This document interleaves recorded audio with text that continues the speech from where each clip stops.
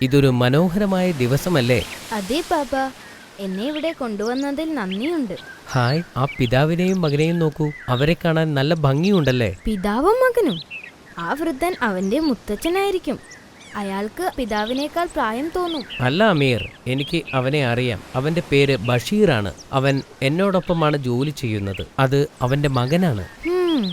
അത്തരമൊരു ചെറിയ കുട്ടിയുടെ ബാപ്പയേക്കാൾ അയാൾക്ക് പ്രായം കൂടുതലാണ്. മോനെ, നീ അള്ളാഹുവിന്റെ കഴിവുകളെക്കുറിച്ച് മറന്നോ? അവന് അത്ഭുതങ്ങൾ കാണിക്കാൻ കഴിയും. അത് നിനക്കറിയാമല്ലോ. ഐ ആം സോറി ബാബ. ശരി, ഇപ്പോഴാണ് എനിക്ക് ഒരു പ്രവാചകനെ കുറിച്ച് ഓർമ്മ വന്നത്. അദ്ദേഹത്തിന് 90-ാം വയസ്സിലാണ് ഒരു മകനുണ്ടായത്. ആ കഥ പറയൂ ബാബ, പ്ലീസ്. ശരി, ഞാൻ ഇപ്പോൾ തന്നെ പറയാം. ബിസ്മില്ലാ.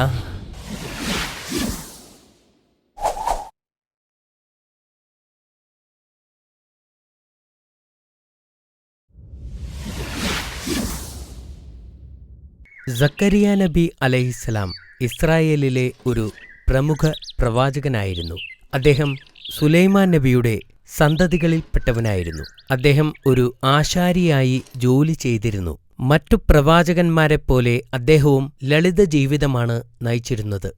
ഹാറൂൻ നബി അലൈഹിസ്സലാമിന്റെ കുടുംബത്തിലെ അംഗമായ അൽ യാഷ്ബിയായിരുന്നു അദ്ദേഹത്തിന്റെ ഭാര്യ. പ്രവാചകന്റെ കുട്ടിക്കാലത്തെക്കുറിച്ചോ യൗവനകാലത്തെക്കുറിച്ചോ ഉള്ള വിവരങ്ങളൊന്നും ഖുർആൻ നൽകുന്നില്ല. അതിനാൽ പ്രവാചകന്റെ കഥ തുടങ്ങുന്നത് 90-ാം വയസ്സ് മുതലാണ്. അദ്ദേഹം അള്ളാഹുവിന്റെ വിശ്വസ്തനായ അനുയായിയായിരുന്നു. അദ്ദേഹം തന്റെ സ്വഭാവത്തിൽ വളരെ താഴ്മയുള്ളവനായിരുന്നു. അദ്ദേഹത്തിന്റെ പൂർവികനായ ഇബ്രാഹിം നബി അലൈഹിസ്സലാമിനെപ്പോലെ അദ്ദേഹത്തിനും ഇത്ര പ്രായമായിട്ടും കുട്ടികളൊന്നും ഉണ്ടായിരുന്നില്ല. ഈ സമയത്താണ് ഇമ്രാൻ നബിയുടെ ഭാര്യ, അതായത് സക്കരിയ നബിയുടെ സഹോദരി മറിയത്തിന് ജന്മം നൽകിയത്.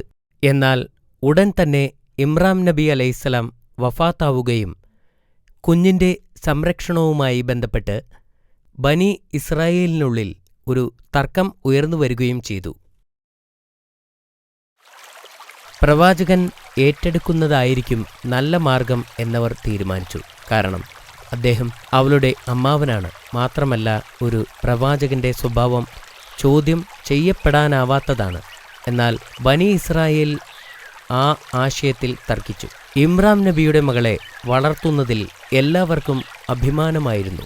അവസാനം ഈ വിഷയത്തിൽ തീരുമാനമെടുക്കാൻ ആളുകൾ സമ്മതിച്ചു. പ്രവാചകൻ മാത്രം ഒന്നും മിണ്ടാതെ മാറി നിന്നു.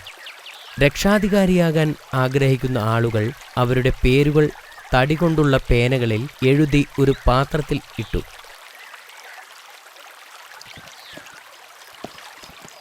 എന്നിട്ട് ഒരു കുട്ടിയോട് ആ പെട്ടിയിൽ നിന്ന് ഒരു പേന എടുക്കാൻ ആവശ്യപ്പെട്ടു. ആ കുട്ടി തിരഞ്ഞെടുത്ത പേര് സക്കറിയ നബിയുടേതായിരുന്നു. എന്നാൽ ജനം സന്തുഷ്ടരായിരുന്നില്ല. അവരിൽ പലരും അത് ഒന്നുകൂടെ ആവർത്തിക്കാൻ ആവശ്യപ്പെട്ടു. പ്രവാചകൻ നിശബ്ദനായി നിന്നുകൊണ്ട് അതിന് അനുവാദം നൽകി. ഇത്തവണ അവർ അവരുടെ പേരെഴുതിയ പേനകൾ പുഴയിലേക്കെറിഞ്ഞു. ഒഴുക്കിനെതിരെ നീങ്ങുന്ന പേനയുടെ ആൾ മറിയമിന്റെ സംരക്ഷകനായിരിക്കുമെന്നും അവർ തീരുമാനമെടുത്തു.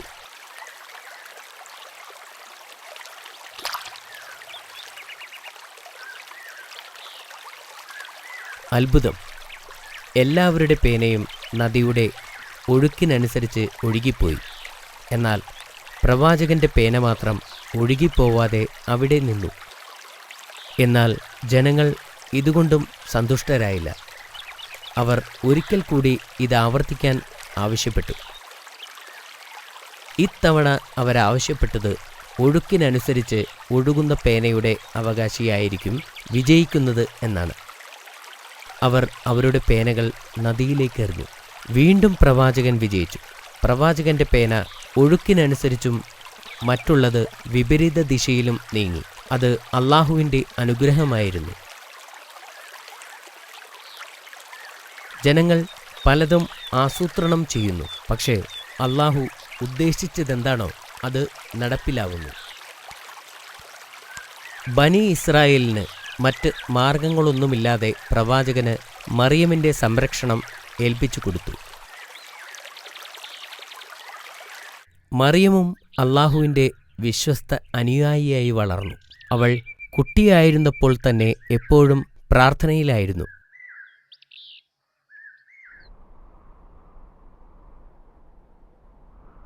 അവൾ ആളുകളിൽ നിന്ന് അകന്ന് ഒറ്റയ്ക്കാണ് താമസിച്ചിരുന്നത്. ബെത്തൽ മഖ്ദീസിനകത്ത് അവൾക്ക് വേണ്ടി പ്രത്യേകം നിർമ്മിച്ച മുറിയിലായിരുന്നു അവൾ താമസിച്ചിരുന്നത്.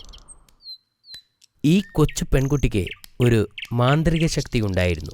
ഓരോ തവണയും പ്രവാചകൻ അവളുടെ അടുത്തു ചെല്ലുമ്പോൾ അവൾക്ക് ചുറ്റും സമൃദ്ധമായ പഴങ്ങളുണ്ടായിരുന്നു. ഞാൻ പഴങ്ങൾ കൊണ്ടുവന്നിട്ടില്ല, അദ്ദേഹം ആശ്ചര്യപ്പെട്ടു. അപ്പോൾ ഈ പഴങ്ങൾ എവിടെ നിന്നു വന്നു?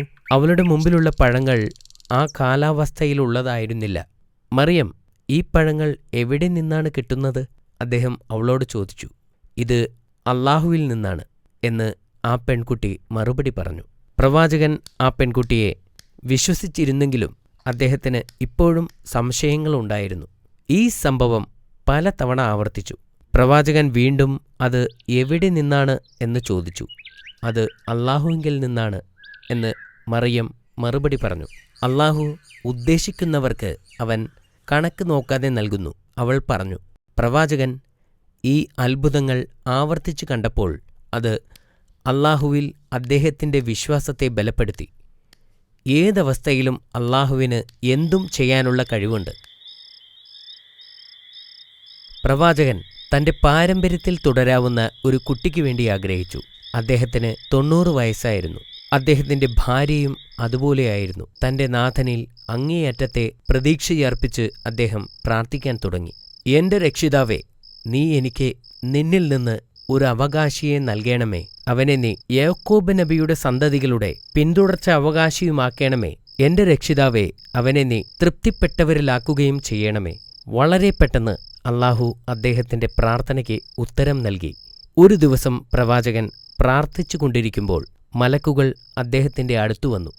സക്കരിയ, നിങ്ങളുടെ മകനെക്കുറിച്ച് ഒരു സന്തോഷവാർത്ത പങ്കുവയ്ക്കാനാണ് ഞങ്ങൾ വന്നത്. അവൻ്റെ പേര് യഹ്യ എന്ന് ആയിരിക്കും. അള്ളാഹു തന്നെ പേര് വിളിച്ചു. ഈ പേര് ചരിത്രത്തിൽ ഒരിക്കലും നിലനിന്നിട്ടില്ല എന്ന് മലക്കുകൾ പറഞ്ഞു. എന്നാൽ പ്രവാചകൻ ഇത് കേട്ടപ്പോൾ ആശയക്കുഴപ്പത്തിലായി. അദ്ദേഹം മലക്കുകളോട് പറഞ്ഞു, എനിക്കെങ്ങനെ ഒരു മകനുണ്ടാവും? എൻ്റെ ഭാര്യ വന്ധ്യയും എനിക്കാണെങ്കിൽ പ്രായവുമായി. അദ്ദേഹം ഇങ്ങനെ പറഞ്ഞത് അദ്ദേഹത്തിന് അള്ളാഹുവിൽ വിശ്വാസമില്ലാത്തതുകൊണ്ടല്ല, പക്ഷേ അത് ഏറ്റവും വലിയ ഒരു അത്ഭുതമായിരിക്കുമെന്നത് കൊണ്ടാണ്. ഇതാണ് അള്ളാഹു, അവൻ ഉദ്ദേശിക്കുന്നത് അവൻ ചെയ്യുന്നു എന്ന് മലക്ക് പറഞ്ഞു. നിങ്ങൾ എനിക്ക് ഒരു ദൃഷ്ടാന്തം കാണിച്ചു തരുമോ? അദ്ദേഹം മലക്കിനോട് ചോദിച്ചു. മലക്ക് മറുപടി പറഞ്ഞു, നിങ്ങൾ 3 രാത്രി ആരോടും സംസാരിക്കാതിരിക്കുക. നിങ്ങൾക്ക് ആംഗ്യഭാഷയിൽ മാത്രമേ അവരോട് സംസാരിക്കാനാകൂ.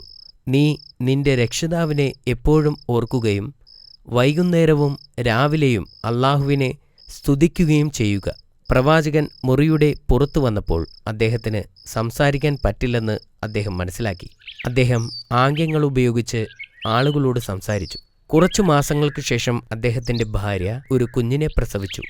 അവർ അവന് യഹിയ എന്ന് പേരിട്ടു. മാഷാ അല്ലാ, നല്ല കഥയായിരുന്നു ബാബ. അള്ളാഹുവിന് അസാധ്യമായിട്ട് ഒന്നുമില്ലെന്ന് നിനക്ക് വിശ്വാസമായോ? അതെ, മനസ്സിലായി. ശരി, ഇനി ഞാൻ നിന്നോട് കുറച്ച് ചോദ്യങ്ങൾ ചോദിക്കാം. ചോദിച്ചോളൂ. സക്കരിയ അലൈഹിസ്സലാമിന്റെ ജോലി എന്തായിരുന്നെന്ന് നിനക്കറിയാമോ? ഒരു ആശാരിയായിരുന്നു. അത് ശരിയാണ്. ഇനി അദ്ദേഹം ഏത് കുടുംബത്തിൽ നിന്നാണ് എന്ന് അറിയാമോ? അദ്ദേഹം സുലൈമാൻ നബിയുടെ കുടുംബത്തിൽ പെട്ടതായിരുന്നു. ശരിയാണ്. ആരാണ് മറിയം ബീവിയുടെ പിതാവ്? ഇമ്രാൻ നബി അലൈഹിസ്സലാമാണ് അവരുടെ പിതാവ്. നിന്റെ ഉത്തരം ശരിയാണ് മോനെ. പ്രവാചകൻ എങ്ങനെയാണ് മറിയമിന്റെ സംരക്ഷകനായി തിരഞ്ഞെടുക്കപ്പെട്ടത്? നിനക്കതിന്റെ ഉത്തരം അറിയാമോ?